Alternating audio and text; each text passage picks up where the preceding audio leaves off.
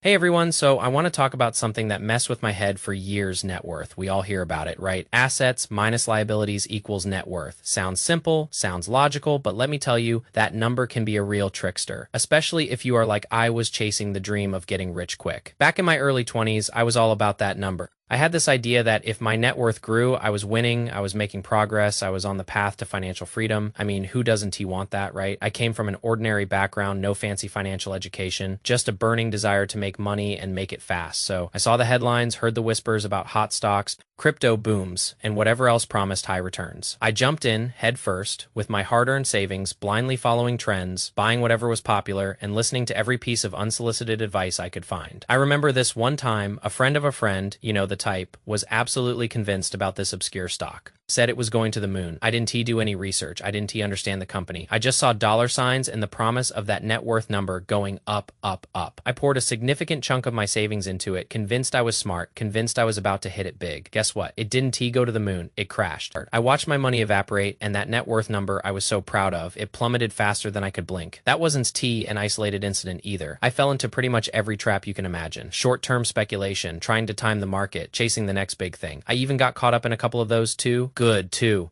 Be true schemes. Yeah, I know, hindsight is 20/20ths, but when you are young and naive and desperate to prove yourself, those high-yield promises sound incredibly convincing. I remember the pit in my stomach, the sleepless nights, the constant anxiety each time I lost money. It was a punch to the gut. I was literally throwing away my savings. The money I had worked so hard for, I was emotional, I was impulsive, and I had absolutely no risk management strategy. I just kept doubling down, hoping to recover my losses, which of course just led to bigger losses. It was a vicious cycle of chasing, losing, and getting more and more frustrated. My net worth became a roller coaster, mostly going down, and it was draining me mentally and financially. After losing a significant amount of what I had managed to save, I hit rock bottom. I was deflated, embarrassed, and completely lost. That is when I realized something had to change. This blind pursuit of a bigger net worth number was leading me nowhere, or rather, it was leading me into deeper debt and more regret. I finally started to understand that my approach was fundamentally flawed. My idea of what net worth represented, what it actually meant for my financial freedom, was completely off. So I started from scratch. I ditched the get-rich-quick mindset. I stopped chasing hot tips and began educating myself about actual financial principles. I learned about long-term investing, risk management, and the importance of a diversified portfolio. I shifted my focus from speculation to steady growth, from chasing hype to building a solid foundation. It was a slow, sometimes painful process of unlearning all the bad habits I had picked up. What I came to understand, and what I want to share with you today, is that the traditional net worth formula, assets minus liabilities, it is not wrong. It is just incomplete. It is a snapshot of solvency. A basic accounting measure, it tells you if you own more than you owe, which is important, but it doesn't tell you if you are truly free. It does tell you if your money is working for you in a way that provides real security and choice. It does tell you whether you can comfortably live your life without constant effort or fear. Think about it this way. That formula was designed by accountants. For accountants, it answers the question, are you solvent? Not, are you free? And those are two very different questions. You can have a high net worth on paper, but still feel trapped, still feel stressed about money. I know because I've been there. I had a decent net worth at one point, or so I thought, but I was living paycheck to paycheck, constantly worried about market fluctuations. Always anxious about the next bill that is not freedom, that is just a fancier kind of financial prison. The real eye-opener for me was realizing the difference between being rich and being wealthy. Most people, like I used to, confuse the two. Being rich to me is more about how you experience life. It is about joy, connections, experiences. It is not just a dollar amount. You can live richly with less money if you align your spending with your values, if you prioritize experiences over possessions. I've met people making tons of money who are absolutely miserable, and I've met people with modest incomes who live incredibly rich, fulfilling lives. Wealthy, on the other hand, is about having money that can sustain your life without your constant active effort. It is about having your money work for you so you don't have to work for it forever. And this is where the traditional net worth calculation falls short. It doesn't differentiate between assets that generate income and assets that just sit there or worse, cost you money. This brings me to a concept that truly changed my perspective: investable net worth. This isn't the same as your total net worth, and for most people, the numbers aren't even close. Investable net worth is the portion of your net worth that can actually generate income to pay for your lifestyle without you having to sell off your assets. It is the size of your money machine. Let me break down what I mean because this is crucial. When I was calculating my net worth, I was counting everything: my car, my clothes, my expensive gadgets, even my furniture. And yes, those things have value, but they don't generate income. They don't contribute to my financial freedom. In fact, most of them depreciate and cost me money to maintain. I was essentially inflating my sense of financial security with items that were actually liabilities in disguise. The biggest culprit for many people, and it certainly was for me, is their primary residence. We often told our house is our biggest asset, and it is. In a way, it provides shelter, and it can appreciate in value, but it is not a cash-flowing asset unless you are renting it out, which most of us aren't. It is a lifestyle asset. It is where you live, where you make memories, but it is not actively generating income to cover your living expenses. In fact, it is usually generating expenses, like mortgage payments, property taxes, and maintenance. I remember sitting down with my numbers after realizing this, and it was a humbling experience. I had this inflated idea of my total net worth, but when I stripped out all the lifestyle assets, the things that weren't actively making me money, my investable net worth was significantly smaller. It was a harsh reality check, but an absolutely necessary one. It was like finally seeing the true picture instead of the glossy Photoshop version I had been staring at. Here's a simple way to think about it. Truly wealthy households, the ones who have achieved real financial freedom, often have their primary residence making up a relatively small portion of their total net worth. Sometimes 20% or less. For most of us, though, it is much higher, often 50% or even more. This means if you have $1 million total net worth, but half of it is tied up in your house, your actual money, making capacity is only $500,000. And if you still have a mortgage, that number shrinks even further because you have to keep paying that debt. The composition of your net worth, not just the total number, is what really matters. It is what determines if you can truly retire, if you can choose to stop working, if you actually have a money machine, or just a nice looking balance sheet that doesn't actually do anything for you. Your net worth might have grown because your house value went up, not because you built a solid wealth generating system. And those are two very different things. So how do we calculate this crucial number, this investable net worth? It is simple, but it requires honesty. Take your total assets, but only count the ones that can actually generate income. We're talking stocks, bonds, index funds, ETFs, dividend, producing investments income, generating real estate retirement accounts like your 401k or IRA, brokerage accounts, and business equity that produces cash flow. Then subtract all your liabilities, everything you owe, including student loans, mortgages, credit card balances. The number you are left with, that is your investable net worth. That is the actual size of your money machine. Everything else, your house, your cars, your collectibles, your clothes, those are lifestyle assets. They have value, yes, but they aren't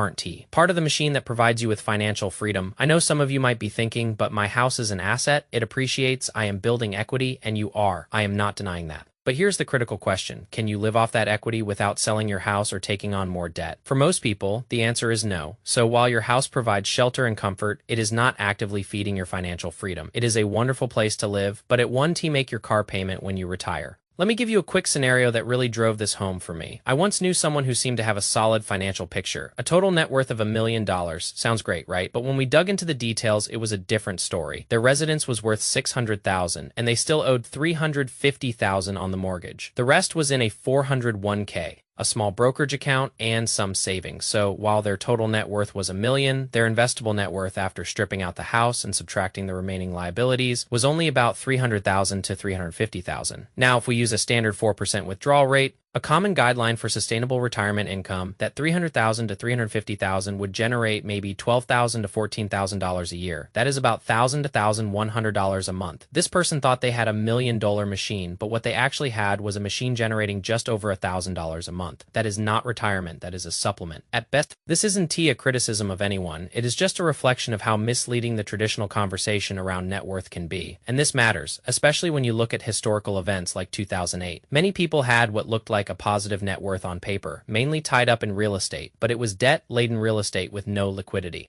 When the values dropped, jobs disappeared, and they couldn't pay their mortgages. They were bankrupt in real life. Despite their paper wealth, the composition was wrong, and the liquidity wasn't there. Those who made it through 2008 with their wealth intact weren't necessarily wealthier on paper. They just had the right structure, they had liquidity, their investable net worth was real, and it was working for them. So the game we're replaying is just about growing a number. It is about building a money machine that can actually sustain your life. And here's the thing. I want you to calculate your investable net worth. Once you see that number, you can then start to figure out your freedom number. the amount you need to be financially free and support your lifestyle. There are calculators out there that can help you with this, and I highly recommend using one. It will give you a real trajectory and show you what you are actually dealing with. Now, having a clear investable net worth number is just the first step for that number to truly work for you. Three things need to be in place. First, liquidity. Not all investable assets are equally accessible when life happens. And believe me, life always happens. You need to be able to access your money without blowing up your entire strategy. This is where a robust emergency fund comes in. I am talking 9 to 18 months of living expenses, ideally in a high-yield savings account. This money's job isn't to make you rich. Its job is to keep you sane, to protect your investments, and to prevent you from being forced to sell assets at a loss during market downturns. I learned this the hard way, being caught off guard without enough liquid cash, and it cost me dearly when the market drops. The person with a piece of mind fund can just ride it out. The person without one is forced to sell, turning a temporary decline into a permanent loss. Liquidity is what transforms your investable net worth from a static number into a functional money machine. Second, your risk tolerance relative to your timeline. There is no one-size-fits-all answer here. Anyone who tells you otherwise without knowing your age, your financial situation, your goals, and your psychological makeup is probably trying to sell you something. The principle is this: the amount of risk you take on must match the amount of time you have before you need that money, combined with your actual capacity to handle market volatility. I've been there. I built portfolios that kept me up at night. I panicked during market corrections and sold at the worst possible time, locking in huge losses. It cost me millions. Literally, I saw people do the same during the COVID crash, jumping out of the market only to watch it recover without them. When emotions take over, financial intellect goes out the window. Your portfolio should be one you can actually stick with even when things get uncomfortable, because they will get uncomfortable investing. Without experiencing downturns is like driving for 20 years and never hitting traffic. Build a portfolio you can hold on to. That is how you let compounding work its magic.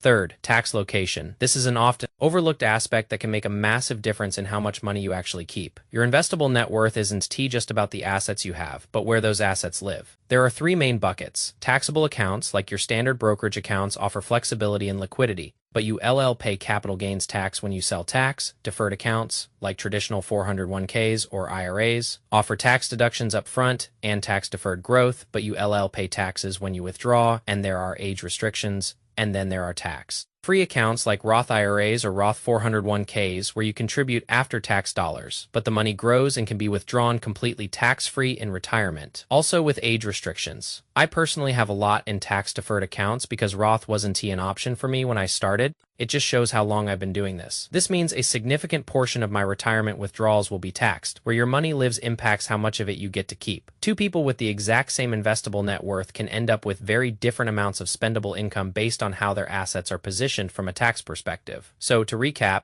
the three crucial elements for a functional money machine are liquidity, your risk profile, and asset location. These are the things that determine whether your investable net worth actually works for you or just sits there looking impressive on paper. You can just ask how big the number is. You have to ask, is my number built to work for me? Let S bring this all home. The traditional net worth calculation isn't mathematically incorrect. It just answers the wrong question if your goal is true financial freedom. The question that truly matters isn't do I own more than I owe? It is, can what I own generate enough income to pay for my life without me having to sell off pieces of it? Or work until I am utterly exhausted? That question has a different answer. And that answer begins with your investable net worth. Strip out your house, your cars, your collectibles, your clothes, anything that doesn't guarantee a cash flow. Look at what is left. That is your starting point. Then build that number with the right amount of liquidity, a risk level that matches your timeline and temperament, and position it strategically within the correct tax buckets. That, my friends, is your money machine. That is what can give you true freedom. I've sat with people who went through this calculation, and initially they felt deflated. Their $1 million net worth shrunk to $400,000 in a matter of minutes. I understood that feeling because I went through it myself. But here is what I always say, at least now. If your investable net worth is positive at all, even if it is smaller than you thought, you have the capacity to build this. You just needed the right target, the right equation to solve. The math will always work out, but only if you are using the right math in the first place. You don't need to panic. You don't need to overhaul everything tomorrow. You just need to know the real number. Understand the gap between where you are and where you want to be, and start building towards it with intention. It is not complicated. It is just honest. Earning more money doesn't automatically make you free, but building a functional money machine that does. Now you understand what a money machine truly looks like. Under the hood, go calculate your investable net worth, compare it to your total net worth. See that gap, because once you see it, you can TNC it. And once you can TNC it, you LL start building towards it with purpose and clarity. If this helped you, if it gave you a new perspective on your financial picture, do me a favor, share this with someone who needs to hear it. I'd love to hear your thoughts, your reactions, especially after you do the math. I read every single comment, and if you haven't subscribed yet, hit that button. Now, this channel is for anyone who is tired of trading their time for money and wants to build something that works for them without them.